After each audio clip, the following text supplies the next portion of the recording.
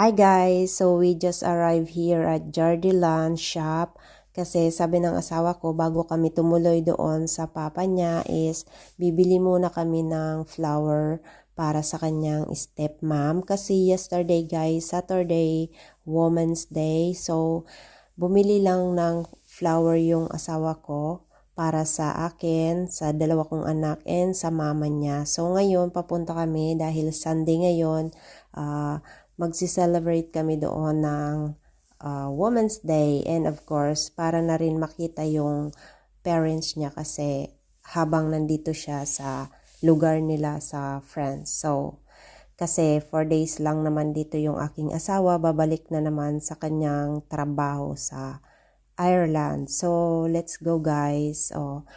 Ganito yung loob ng Jardiland. So, dito pa lang kami sa Inter, sa malapit sa Inter. So, ganyan yung bubungad sa inyo. Ang dami-daming mga different kind of flowers and plants dito guys sa loob. Makikita nyo naman sobrang green na green sila kasi alagang-alaga talaga. And also, ang mamahal mga guys ng mga halaman, yun bang yung nakikita mo lang siya sa tabi-tabi, dati dyan sa Pilipinas yung iba. Pero sobrang ang mamahal na dito, grabe. Yung mga prices niya talaga, biruin nyo may mga price pang 100 euro. Di ba yung 100 euro, almost 5,000 na yun mga mi. Grabe talaga yung mga halaman dito, ang mamahal. Kung dyan sa atin, napipick up lang natin yan dyan sa mga tabi-tabi. So, before that, of course, pakita ko naman yung OOTD ko. Yan. So, habang pinapapili ng asawa ko yung mga anak ko kung alin daw yung magandang bulaklak. So, ako na naman, naglilibot-libot naman dito para naman ipakita sa inyo yung hindi nyo pa nakikitang mga bulaklak. So, obviously naman, nakitang-kita nyo naman yung mga ito kahit saan mga guys. So, kahit papaano i-share ko pa rin sa inyo. So, ayan mga guys. So, para hindi ako boring kasi ayan talaga, pagdating sa mga ganitong bagay, yung asawa ko talaga, sobrang sinusuri niya talaga kung alin yung mas maganda. So, ayan. Ang dami din. And uulitin ko na naman yung pag-show up ng aking OOTD char. So, ayan mga guys. Kasi ang tagal talaga nilang mag-decide kung alin yung bibilhin nila. So, ayan. Ang dami din ditong mga cactus. Pero alam nyo ba guys, nung pumunta kami ng Singapore, grabe naranasan kong makakita ng mga different kind of cactus there. Tapos may mga maliliit, may medium, large, tapos yung malalaki na. Tapos nung nakikita ko sa TV, kinakain pala yung ibang cactus. So tingnan nyo naman yan, oh. 'Di ba? Ang liliit lang. Pero ito yung shop na to, hindi gaano kompleto yung kanilang mga paninda, and halo-halo na rin dito yung paninda nila. May mga kind of animals, and then yung mga toys ng mga pets, ganon. Ayan. Madami ditong tapos yung mga plants, yung binebenta, yung mga kahoy. Grabe. Nandito na. Pero hindi siya masyadong kompleto. So, basta may mabili lang yung mga nakatira dito. Ganun. Ayan. So, ayun na nga. Mayroon ng napili yung anak ko. Ayan. Dala-dala niya na at papunta na nga kami doon sa other side ng itong shop na to. So, ito naman yung area na kung saan makakabili ka ng mga laruan ng iyong mga pets. Tapos mga pets tulad ng mga fish, mga birds, mga ganyan. Ito yung area. So, the first kung mag-enter ka sa shop, ayun, yung mga flowers ang makikita mo. Ito naman yung second part ng area is mga pets naman ang nandito, and mga laruan ng iyong mga pets. Ayan. As you can see mga guys, ang dami-dami. And marami ding mga ganito. Ano ba ang tawag nito sa inyo? Kuneho? And nakukutan ako dito sa daga na to kasi naglalaro siya ng ano bang tawag dyan, parang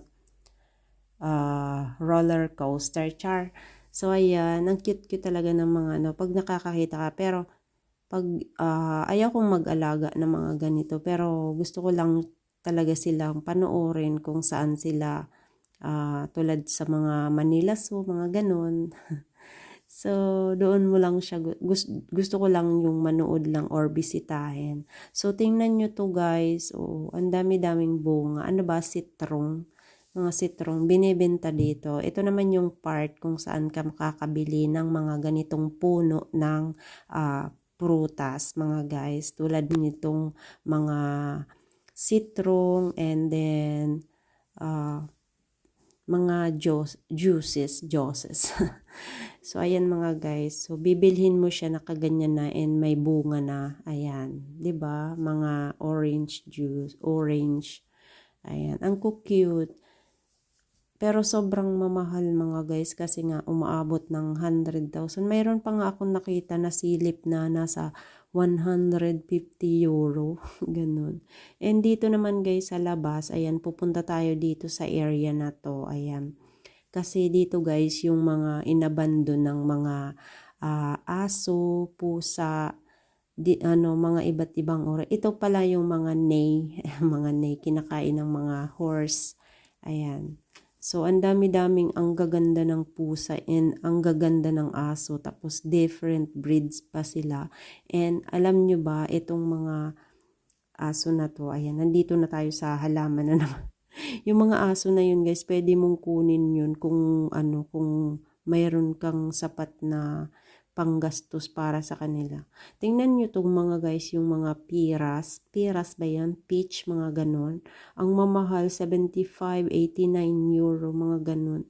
Yan nga, sinasabi ko, umaabot pa ng mga 150, mga ganyan. Oh. Dito naman sa area na to, dito ka bibili ng mga prutas na puno. Ayan. And dito sa dulo, mayroon ka din ditong mabibiling mga chicken. Ayan. Iba't ibang uri ng mga chicken. Tingnan nyo yung mga chicken. Ayan, 25 euro mga guys. Ayan. As you can see, ang mamahal, diba? Ang mamahal ng mga manok dito. Tingnan nyo to, ang cute-cute. Sabi ng asawa ko, para daw si Tala pag bagong gising. Kasi tingnan nyo naman yung kanyang buhok. Ang cute ng buhok ng manok. Ayan, oh. 'Di ba? Gusto ko siyang alagaan, pero ayan, ang mahal-mahal nga kaya. Tsaka wala namang place para alagaan dito. So, pag may mga malaki kang place or allowed kang mag-alaga ng mga ganitong uri ng hayop, ayun, pwede kang mag-alaga. Doon naman kasi sa bahay ng sobrang laki ng lupa nila. Tingnan nyo, 32,000 hectare, tapos wala man lang silang alagang mga ganito. So, aso lang ang nandun mga guys. Ayan. So, tingnan nyo yung mga halaman. Sobra, ang dami-dami talaga dito. Ang mamahal pa. Tingnan nyo yung mga presyo niya. Oh. Ayan. Diba makikita lang natin to sa mga sa iba na hinihingi lang sa atin. Charot. Dito sobrang pinapahalagahan nila yung kanilang mga halaman. Ayan. And bago mo siya makuha, bibilhin mo muna siya, mga ganun. Kahit nakikita mo siya sa kalye, kailangan mong ibenta. Charot. Ayan. Grabe, ang ganda talaga ng mga dito. Ang ganda mamili pero walang pera. Ganun. So, ayun. Tapos na kami mag-ikot-ikot mga guys. And sobrang napakadaming mga magagandang bilihin. Ang problema lang, wala tayong pera. Char. So, ayan. Ito, binalikan ko nga pala yung mga flowers na to kasi ang gaganda talaga mga guys. Yung iba naman dito, nakikita ko na, pero yung iba hindi talaga. Kaya, pag pumunta ka dito, maa-amaze ka talaga sa views. Ayan. So, magbabayad na nga kami. Ayan. Ito yung napili ng aking dalaga na ipasalubong doon sa lola niyang pangalawa. Ayun. So, ayan. Patapos na kami dito sa Jardiland shop. Flower shop. Ayan. So, didiretso na kami doon sa father-in-law ko, sa tunay na papa ng aking asawa. So, let's go guys. Ayan.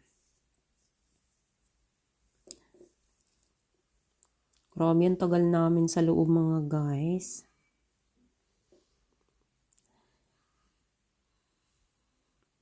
And anyway mga guys, nag-voice over na nga lang ako dahil nga may music yung aming car and may music din sa loob ng ano. And nag-stop over na rin kami dito sa Intermarché shop kasi bibili ng tinapay yung aking asawa para bukas. So ayan. Papasok na tayo guys dito para maghanap ng baguette. So, ayan, sundan natin yung aking asawa. Sundan natin. So, ayan guys. Dito guys, kahit pagkunti lang or kaya mo namang ikaw na ang mag-punch ng iyong mga pinamili, ikaw na lang ang magpa-punch niyan. Hindi tulad sa atin, dadaan talaga tayo sa cashier. Char. Yan sa Pilipinas, no, not allowed to do your thing. So, ito na yung pinamili namin mga guys na na baguette. Ayan.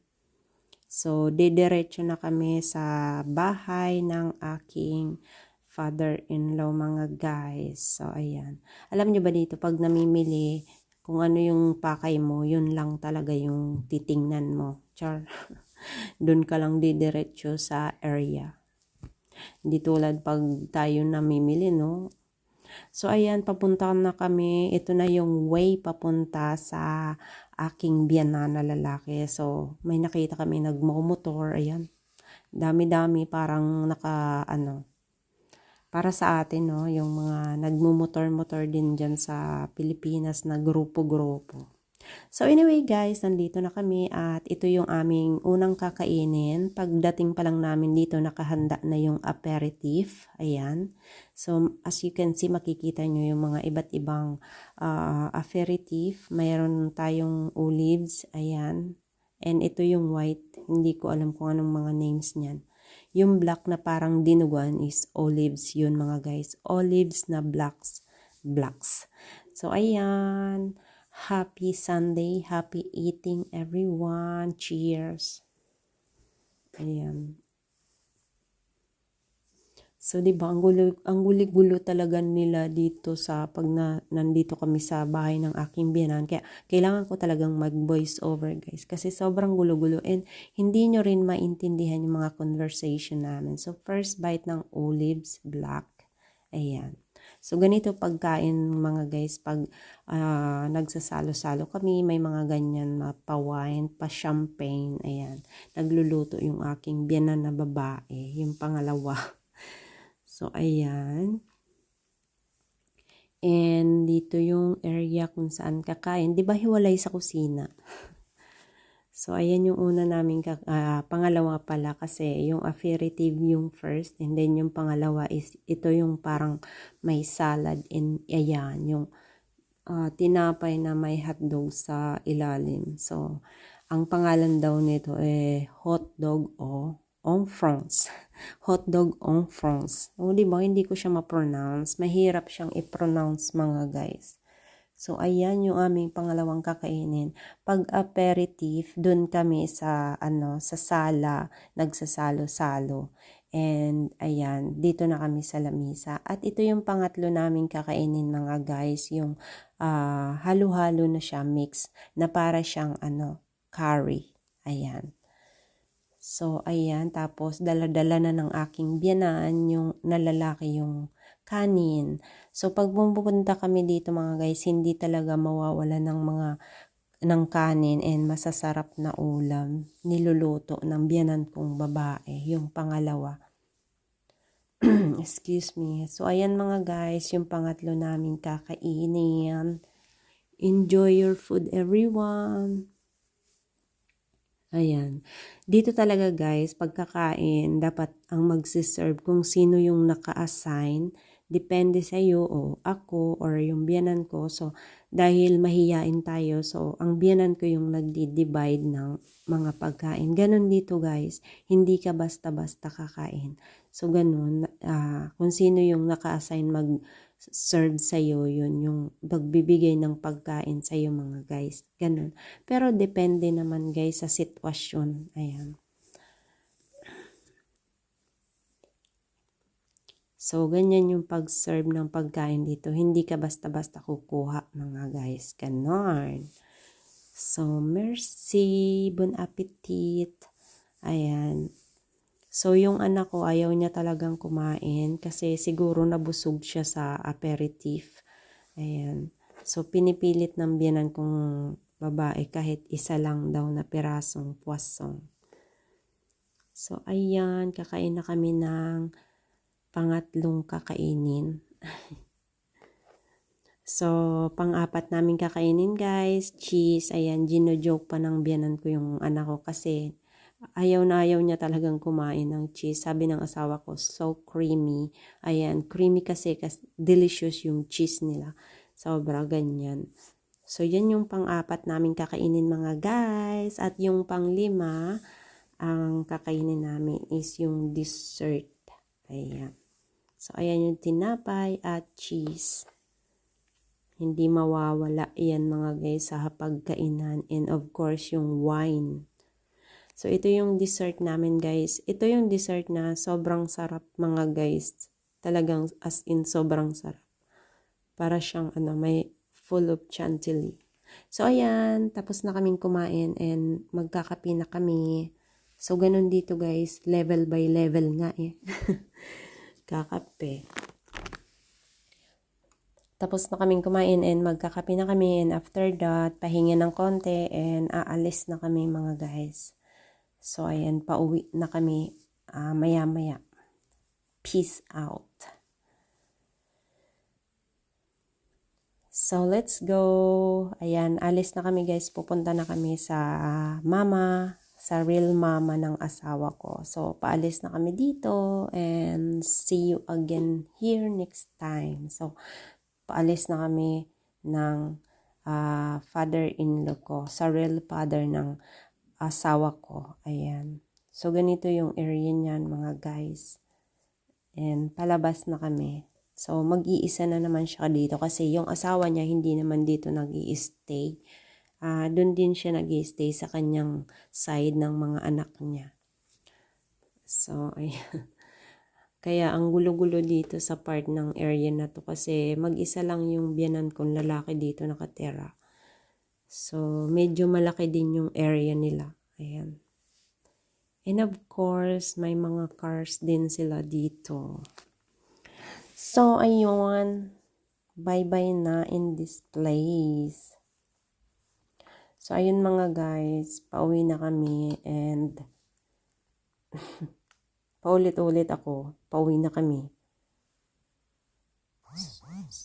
So, nagsayaw pa yarn. Ayan. Bago kami pumunta sa car namin, ayan.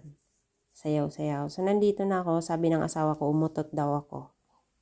Pero siya yung umutot. So, ayun. Babiyahin na kami. Pauwi. Nakakita ng sasakyan yung asawa ko. Luma daw yung sasakyan na yan. Pero the best. Ayan. So, yun lang mga guys. Salamat sa panunood. Thanks for watching mga guys. And happy Sunday. God bless everyone. Thanks for watching Aish Meta Vlogs every day. Thank you so much. God bless.